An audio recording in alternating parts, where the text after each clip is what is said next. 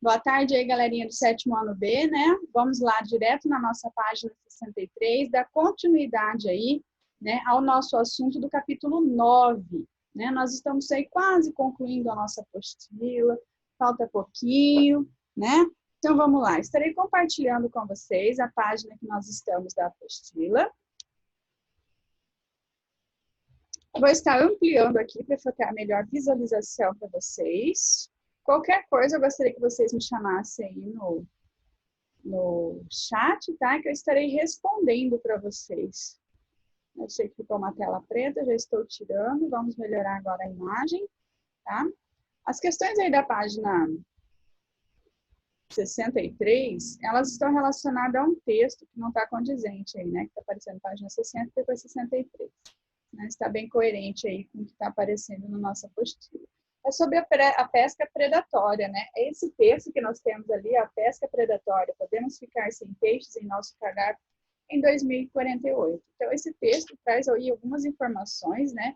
Bastante preocupantes em relação à pesca predatória. Porque nós estamos consumindo, né? Está sendo pescado. Opa, diminuir não, né, Rô? Nós estamos aí aumentando o consumo de carne de peixe e a pesca predatória, ela está aí retirando dos nossos oceanos uma carga maior do que a reposição, né? Então, a gente não tem uma pesca sustentável ali que o texto fala. Aí, ao finalzinho, tem o relato de um artigo, né, que observa aí a Melissa Breyer, né, um artigo no site Treehanger, né? Ela é muito otimista ainda, apesar de todo esse cenário aí mostrado dentro do texto, referente à pesca predatória, né? São dados aí coletados pela WWF, que é uma ONG, né? Muito respeitada no meio científico, né? Que é aí uma ONG de proteção e preservação ambiental. Bate bem de frente aí a isso, né? Então, ela fala ali que ainda nós estamos aí a tempo de estarmos aí recuperando, né? Através, aí ela fala ali bem no finalzinho, há uma série de iniciativas e programas globais em funcionamento para reverter esse terrível problema, né? Então, mesmo a gente vendo no texto alguns dados que são bem, assim, preocupantes, né? Nós percebemos que, ao mesmo tempo, está tendo aí ações capazes de preservar, né? E tentar preservar, né? E pregar também a tal da pesca sustentável, para que não haja esse colapso e esse fim do nosso cardápio aí, né, de peixes, né, ao ponto de não podermos mais estarmos consumindo, né, e não estarmos aí encontrando à vontade. Algumas espécies com a pesca predatória pode levar à extinção, né, isso a gente tem que tomar cuidado. E ali o texto, deixa eu ampliar só mais um pouquinho. O texto alerta para o risco de escassez. Eu vou ler aqui na minha apostila, porque tem um quadro em cima aqui, tá? Não aparece para vocês. O texto alerta para o risco da escassez de peixes para até 2048, né? Qual seria a principal causa desse problema? A principal causa desse problema seria a atividade intensiva aí, né, de pesca, né? O Wesley está entrando na aula agora. Então, ali, a intensa atividade pesqueira, né? O que acontece? Com essa atividade pesqueira tão intensa, faz com que a gente possa começar a pensar numa possível escassez. Então, o texto está alertando para esse risco da escassez. Ele não está afirmando que está tendo. E qual que é o principal problema nisso? É a atividade intensa aí de pesca, né? A número 2, ele fala, de acordo com o texto, que outro problema também estaria atingindo os ecossistemas marinhos, aí no caso seria, né, a morte de algumas espécies, né? Aí ele cita ali na nossa resposta, são os golfinhos, tartarugas, tubarões, né, que fazem parte de uma cadeia alimentar. Então, aí, né, de acordo com o texto, atingindo essas espécies, pode haver um grande desequilíbrio aí dentro dos ecossistemas devido a mexer diretamente a cadeias e teias alimentares, né? E aí ele fala também que, segundo o texto, João Pedro Fabiano está entrando agora, galerinha.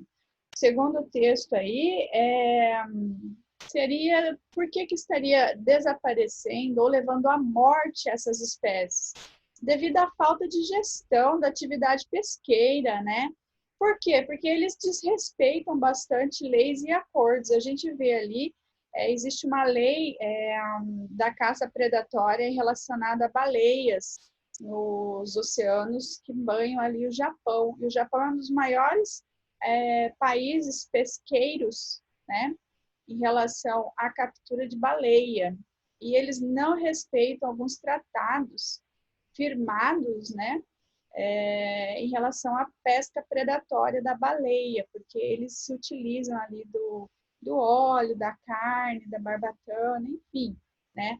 Mas ao ritmo que eles estão pescando, não está sendo reposto aí no oceano, porque a gente tem aí um ciclo de vida, né, dentro do ecossistema que nós temos que ter paciência para ser reposto, ok? Então, essa captura aí de forma irregular, principalmente de espécies jovens, né? As espécies jovens aí estão no auge da sua reprodução, e isso fazendo a pesca predatória, levando a espécies, né, jovens à morte, pode haver aí um desequilíbrio muito grande, né?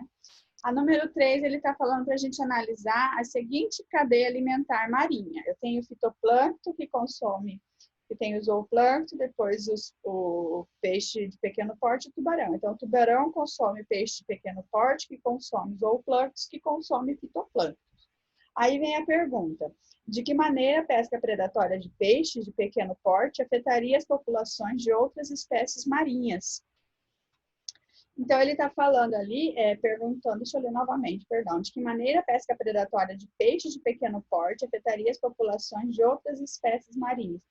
Porque, diretamente, se tivesse aí uma queda, né, da população de peixes de pequeno porte, afetaria diretamente quem os consome. Quem os consome é o tubarão. E aí eu teria um aumento de quem?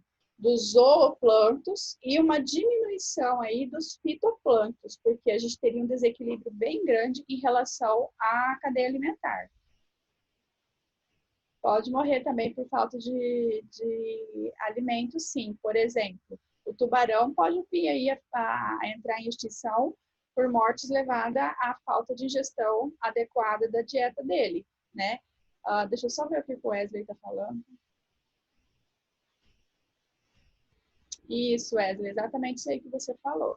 Então, assim, quando a gente leva a um desequilíbrio dentro de uma cadeia alimentar, toda uma rede, né, ligado ali, aquela cadeia alimentar que forma uma teia alimentar também, ela é atingida. Então, se eu tenho, some as espécies que o determinado tubarão consome, se alimenta.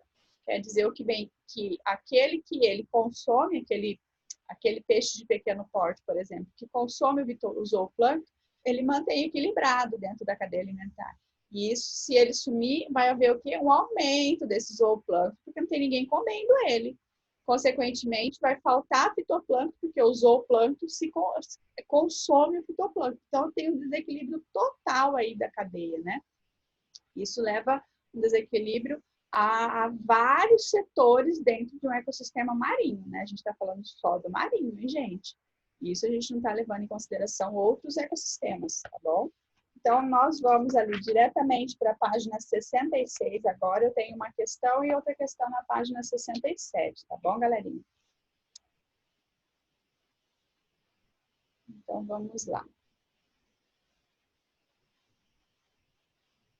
Um pouquinho de paciência que a gente chega lá. Então, esse capítulo aqui é um capítulo muito interessante porque a gente começa a entender qual que é a fragilidade do ecossistema, né? Eles são extremamente frágeis e qualquer desequilíbrio dentro deles tem aí uma menção de danos muito grande e amplos, né? Então, assim, às vezes, nossa, é uma queimada localizada, mas atingiu ali um ecossistema, uma parcela, um habitat, alguém foi atingido por causa de uma pequena porção de terra queimada, que a gente fala, né? Então, sempre tem aí um dano colateral, um efeito colateral aí em cima de fatores de risco que podem colocar em um ecossistema, ok? E a gente tem que levar em consideração bastante a fragilidade desse ecossistema. Então, a gente tem aqui na página 66, que é a questão número 1. E ele fala assim: retome a ilustração que representa a transformação de um campo em um deserto, que é ali na página anterior, certo? Na página 65, se não me engano. Pensando nos casos, né, de impactos alimentares estudados, neste capítulo, qual deles se relaciona com a situação descrita na ilustração. Olhando aquela ilustração, né, se a gente for levar em consideração a transformação de um campo em um deserto, a gente pode levar em consideração aí o caso aquele do começo do capítulo da desertificação da Caatinga. Ele aí até menciona na questão aí a transformação de um campo em um deserto após forte perturbação ambiental remete ao caso da desertificação da Caatinga. Isso pode ser levado por fatores abióticos ou fatores bióticos também, tá? Mas a maioria que vai afetar e causar uma perturbação ambiental geralmente são fatores abióticos, como uma estiagem muito longa, longos anos de seca, né? Sem chuva.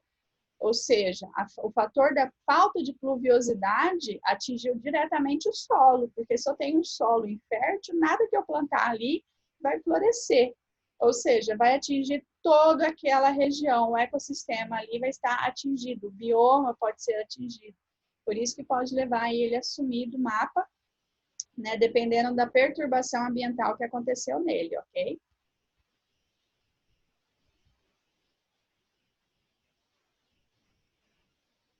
Nós temos a questão número 2, deixa eu só ver que tem perguntinha aqui. Tanto fatores abióticos quanto fatores bióticos afetam o solo? Sim, afetam. A gente pode levar em consideração os fatores bióticos como a ação do homem, tá? No solo. Aqui pode levar a algum tipo de degradação. Se o homem não cuida daquilo lá, é um fator biótico que é muito relevante isso daí. Irrelevante, porque nem sempre a gente pode falar que 99% dos fatores abióticos é que vão causar uma perturbação ambiental, mas só que a gente tem o fator biótico homem que causa um dano aí muitas vezes irreversível em determinados solos, né? Por exemplo, eu posso fazer um mau uso do solo de uma área, tornando ali inviável. Eu posso causar uma queimada, por exemplo. Aí vai ser dois tipos de fatores. Primeiro, eu tenho a ação do homem, considerado entre aspas, tá, galerinha, um fator biótico. Eu não aceito muito, não, esse termo do homem ser um fator biótico, porque a ação dele aí vai ser a queimada. Então, vai ser mais um fator abiótico, né, do fogo, que vai causar aí. Mas a terminologia dos fatores bióticos é bem complicado a gente colocar. Mas a gente acha em várias literaturas o fator biótico como o homem causador de impactos ambientais. E não deixa de ser, porque a gente pode causar um impacto ambiental aí num lugar, poluindo, por exemplo. Então, tem a ação direta do homem e junto aí a sua poluição. Então, tem fator biótico e abiótico. Mas a gente tem que tomar um pouquinho de cuidado com isso. Mas está certo o seu pensamento, sim. Tanto fatores abióticos como bióticos podem causar, sim, problemas no solo, tá, Antônio? É bem complicado esse problema do solo, porque uma má gestão a gente pode acabar aí com uma área produtiva, tornando ela aí uma área improdutiva. E isso aí gera muitos problemas a longo prazo. A gente muitas vezes não vê a curto prazo esses problemas que afetam o solo, né? Então, ele está falando ali, ó, no número 2, eu vou ler na minha apostila, porque eu tenho um quadro aqui em cima da minha tela, tá? Explique com suas palavras o que significa a sucessão ecológica de um ambiente perturbado. Ali a gente pode falar que a gente vai estar usando a sucessão ecológica como um processo de recuperação de um ecossistema que foi ali degradado, né? E isso vai, quem está falando aí, vai envolver uma quantidade grande de etapas, né? Desde a, que nem está falando ali, desde a colonização do ambiente por algumas espécies, podem ser espécies novas ou não, ok? Principalmente de plantas, porque a planta ela é que vai trazer aí um vigor maior ao solo, não são os animais. Os animais às vezes podem até prejudicar fazendo a compactação, dependendo da quantidade de animais sobre aquela região, né? Então, assim, as plantas é que vão trazer uma grande diversidade. Então, assim, é mais ou menos em cima disso daí. Então, a sucessão ecológica que vocês precisam entender é que é o processo que a gente vai recuperar um ecossistema que foi degradado. Então, aconteceu ali, começou o processo de desertificação na Caatinga. Existem muitas frentes de trabalho ali dentro da Caatinga, mas como o fator abiótico da chuva não colabora, alguns poucos pontos ali da caatinga vão ser salvos. Eu não estou afirmando e nem concluindo que a caatinga vai sumir do mapa, viu, galerinha? Não estou falando isso. Eu estou falando que o processo de sucessão ecológica dentro da caatinga torna-se um pouco mais difícil em função da baixa pluviosidade que nós temos na região. Então, isso torna o que um problema maior em relação à colonização do ambiente por espécies terrestres, né, de plantas principalmente. Porque planta precisa do quê? De água. Então, eles dependem muito ali do sistema de irrigação muito eficiente, né, em determinadas áreas, para que possa aí haver a sucessão ecológica mais eficiente, ok? Então, nós vamos agora ali para a página 68, onde eu tenho também uma questãozinha com 2 pontos. Deixa eu só diminuir aqui para a gente poder passar para frente.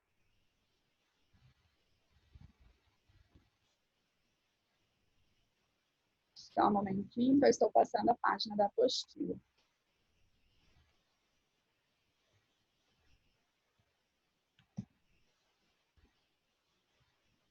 Então, a gente tem ali algumas questõezinhas, né, para nós respondermos aqui. Deixa eu só melhorar esse zoom aqui, ampliando para a gente poder entender melhor, tá?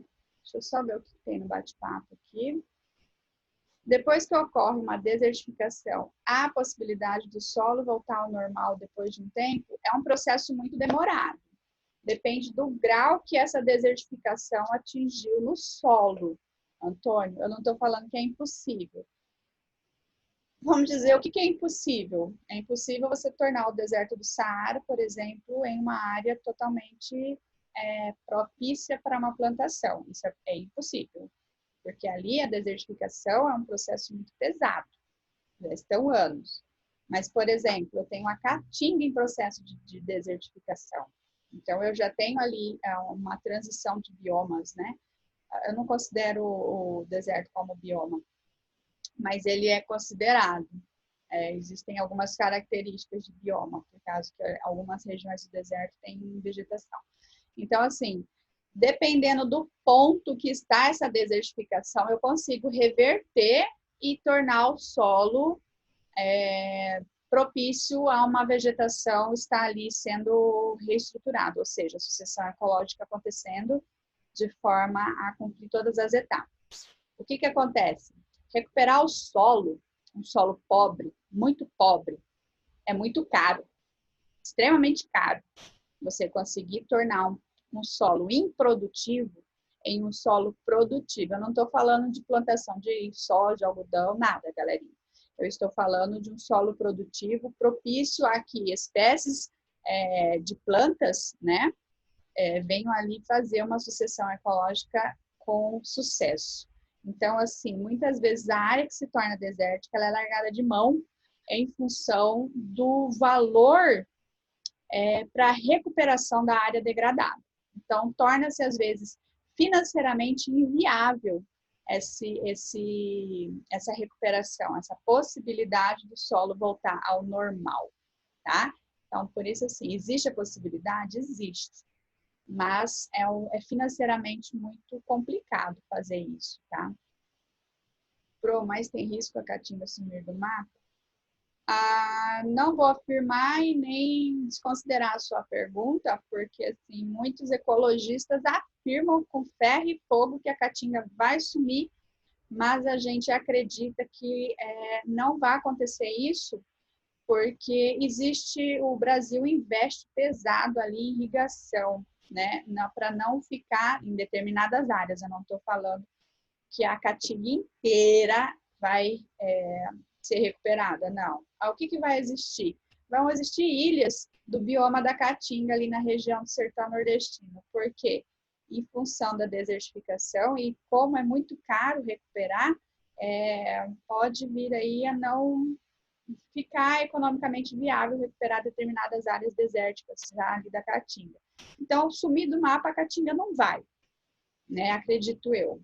Mas só se acontecer algo assim extraordinário e não ter como mesmo, né, tornar totalmente 100% inviável. Mas eu não acredito nisso não, Wesley, tá? Mas muita coisa que a gente vê na internet, a gente tem que tomar cuidado. Muitos cientistas, ecologistas, afirmam a ferro e a fogo que a caatinga vai se sumir. Aí a gente tem a probabilidade dos bancos de semente aí, porque a gente tem a viabilidade disso já geneticamente falando, da produção de plantas e animais de determinados biomas em laboratório, tá? Considere informações apresentadas sobre os incêndios florestais. Com o caso o incêndio tenha, né, iniciado após ter sido instituído o sistema de proteção norte-americano, quais seriam as características desse incêndio? Justifique. Seria aí uma quantidade, que nem fala, uma maior quantidade de serrapilheira. Porque o fogo se espalha por uma área maior e com uma maior intensidade. Isso gera um incêndio de grandes proporções. Se esse tipo de incêndio ocorresse, o que poderia acontecer com o ecossistema? Nesse tipo de sistema, né, com a serrapilheira ali protegendo o solo, porque aí a gente tem uma folhagem, entre aspas, por cima do solo, não atingindo ali o solo, a camadas superficiais ou mais profundas, né, ou seja, não danificando o solo. Então, a serrapilheira, ela vai ali promover o quê? Após o incêndio, árvores e sementes que estão ali no solo, elas seriam preservadas, né, brotando posteriormente, aí após o incêndio, vida aí uma chuva, elas brotariam, né? E aí até fala, nesse caso haveria uma mudança da floresta para um ecossistema de campo.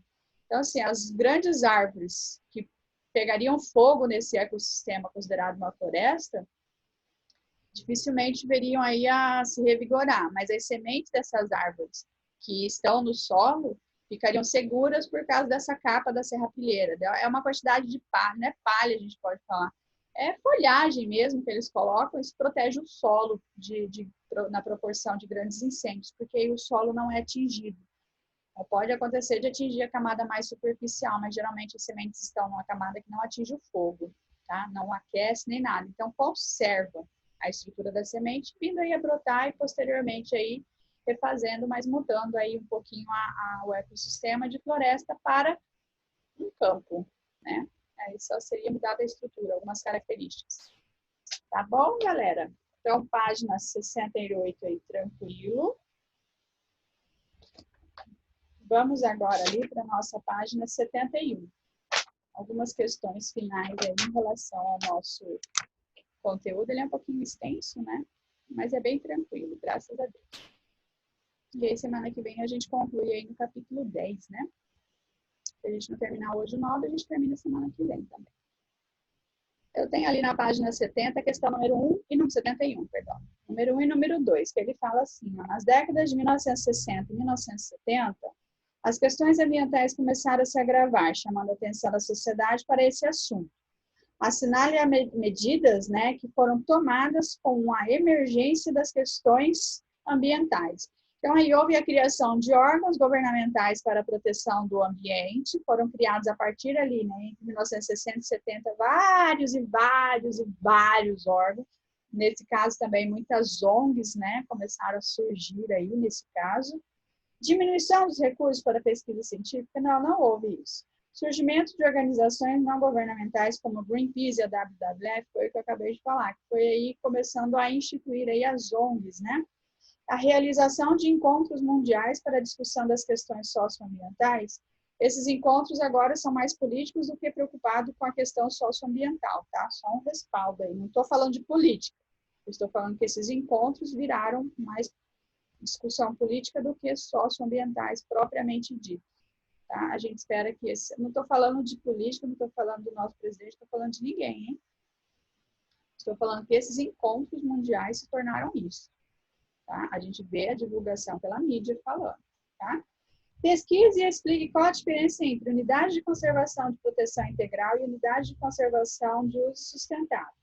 Aí tem um textinho, eu achei sensacional essa pergunta que está aí na apostila, porque ela ficou bem explicadinha. Então, as unidades de proteção integral não podem ser habitadas por ser humano. Então, dentro dessas unidades de conservação e proteção integral, não tem a presença de seres humanos, não tem a presença de comunidade, não pode ter nenhuma interação. Admitindo-se apenas o uso direto e indireto, né, dos recursos naturais como atividade para pesquisa. Então, são áreas bem extensas. Aqui no Brasil a gente tem algumas, não são muitas, tá? Ali na Mata Atlântica, dentro da Amazônia a gente tem também, são desses biomas ali. Dentro do Pantanal a gente não vê tanto, porque ali é uma área um pouco mais habitada por pessoas ribeirinhas, tá? E no caso da unidade de uso sustentável, que é o caso do Pantanal, muitas ali, é admitida a presença de moradores, visando-se a conservação da natureza associada ao uso sustentável dos recursos naturais. Então, eles tiram o sustento deles de dentro daquela unidade de conservação, visando ali o seu sustento, mas ao mesmo tempo que eles tiram o seu sustento, eles levam ali a entender que precisa se preservar. Tá? É de extrema importância haver esse esqueminha sustentável aí. Se eles perceberem que a atividade não traz aí um recurso sustentável, a atividade tem que ser parada exatamente no momento admitido ali. Né? A de proteção integral não permite qualquer exploração de recursos não economicamente, tá? Economicamente falando, não pode ser explorada, mas cientificamente elas podem ser exploradas. E a de uso sustentável permite, sim, a exploração, isso exatamente, limitada dos recursos, exatamente isso. Então, assim, uma eu posso explorar para conhecimento, né, sem gerar aí ganhos financeiros. A outra eu posso gerar ganhos científicos e também ganhos financeiros, desde que isso não esteja indo de acordo ou com uma exploração que não seja sustentável, ok? Então, indo mais para frente aí.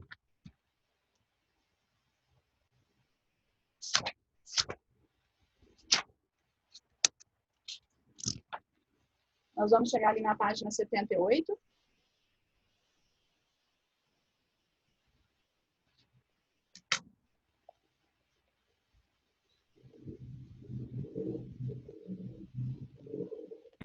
São as questões mais gerais aí relacionadas ao nosso conteúdo, ok? A número 1, ele está falando para a gente analisar esse gráfico que está aqui ao lado, tá? Onde o gráfico, né, mostra do que o estágio primitivo ao tecnológico, o consumo total de energia per capita no mundo cresceu mais de 200 vezes, per capita por pessoa, tá? Em qual período essa taxa de crescimento foi mais acentuada? Foi mais acentuada, aí a gente pode estar vendo na época da Revolução Industriais aos dias atuais. Foi quando começaram -se a usar o quê? As máquinas, né? Para que houvesse aí um desenvolvimento maior da sociedade em questão, que é a nossa. Tá? A número 2, considerando que a produção de energia demanda o uso de recursos naturais, o maior impacto ambiental é causado em qual estágio? No ser humano tecnológico, né? Quanto mais tecnologia, maior é o impacto gerado aí a nosso ambiente, tá? Deixa eu ver se eu melhoro esse zoom aqui, que tá feio. Quase acabando a nossa aula. A número 3 aí, né, a dinâmica do ciclo do carbono é muito variável, quer no espaço, quer no tempo. As emissões de carbono ocorrem devido às ações dos seres vivos ou devido aos outros fenômenos, como a erupção vulcânica, por exemplo, que provoca o aumento temporário de carbono na atmosfera. Para manter armazenado por longo prazo, o carbono foi retirado da atmosfera, é aconselhável que impedir o desflorestamento e estimular o reflorestamento. Isso a gente consegue ter aí uma atmosfera, né, com a quantidade de carbono ideal. A número 4 seria a número 3, a letra C. A número 4, para vocês pesquisarem aí quais os principais fatores que causam os problemas alertados nas campanhas estudadas no tópico campanhas publicitárias em benefício à natureza. Desmatamento. Quem que vai causar mais desmatamento? Agricultura, pecuária e mineração. Isso aí pode ocasionar o quê? A destruição de habitats de espécies animais e vegetais. A extinção do atum. A extinção do atum vem da pesca predatória, ou a sobrepesca, né? Que é a principal ameaça aí do atum, da espécie atum, por causa do consumo dela. Pesca-se mais do que ali a própria natureza vem a repor o peixe. O número 5, selecione aí a seguir ações que podem causar o processo de desertificação na caatinga. Primeiro, alterações climáticas. Letra B. Letra C, desmatamento. E a letra E, queimadas. Número 6, vimos que as sucessões ecológicas compreendem uma série de estágios que ocorrem nas comunidades de determinado ecossistema. A sucessão primária ocorre, a letra D aí, afirmativa correta, em ambientes em que nunca houve ocupação por seres vivos, como rochas nuas. Tá? Número 7, a figura ao lado é parte de uma campanha publicitária. Essa campanha relaciona-se diretamente com as seguintes afirmativas. A letra A, tá? Com a seguinte, é uma afirmativa correta. Comércio ilícito da fauna silvestre, né? Que é o tráfico de animais aí. Atividade de grande impacto é uma ameaça para a biodiversidade nacional, tá? O mercado negro de animais silvestres é muito lucrativo, mas é totalmente errado porque está enquadrado no tráfico de animais. É inafiançável caso a pessoa venha estar sendo presa mediante aí ao transporte de animais silvestres. E a número 8. Aos respeitos de hotspots, responda o seguinte: quais são os biomas brasileiros que se encontram na lista de hotspots? A Mata Atlântica e o Cerrado, que estão diminuindo em grande proporção. E quais são as causas da baixa porcentagem de áreas naturais desses biomas? Foi aí, a primeira foi da Mata Atlântica, foi a ocupação dos europeus, né? E a exploração exagerada da madeira que houve ali, porque ali a gente encontrava o pau-brasil dentro da Mata Atlântica, né? Depois da exploração de madeira, foi aí o desmatamento para que houvesse aí regiões agrícolas, tá? Dentro ali. E a exploração do cerrado, ela é mais recente e tem como principal causa a expansão de lavouras e pastagens, ok? Eu sei que eu fiz igual um tratorzinho passando por cima aí, né?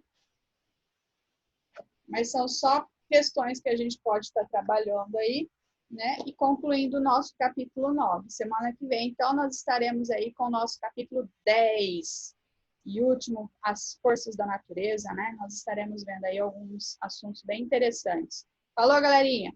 Boa sorte aí nos trabalhos avaliativos, tá? Em todos, não estou falando só de ciências. Deus abençoe e prospere o caminho de vocês e semana que vem aí a gente está junto. Um forte abraço para vocês e até mais!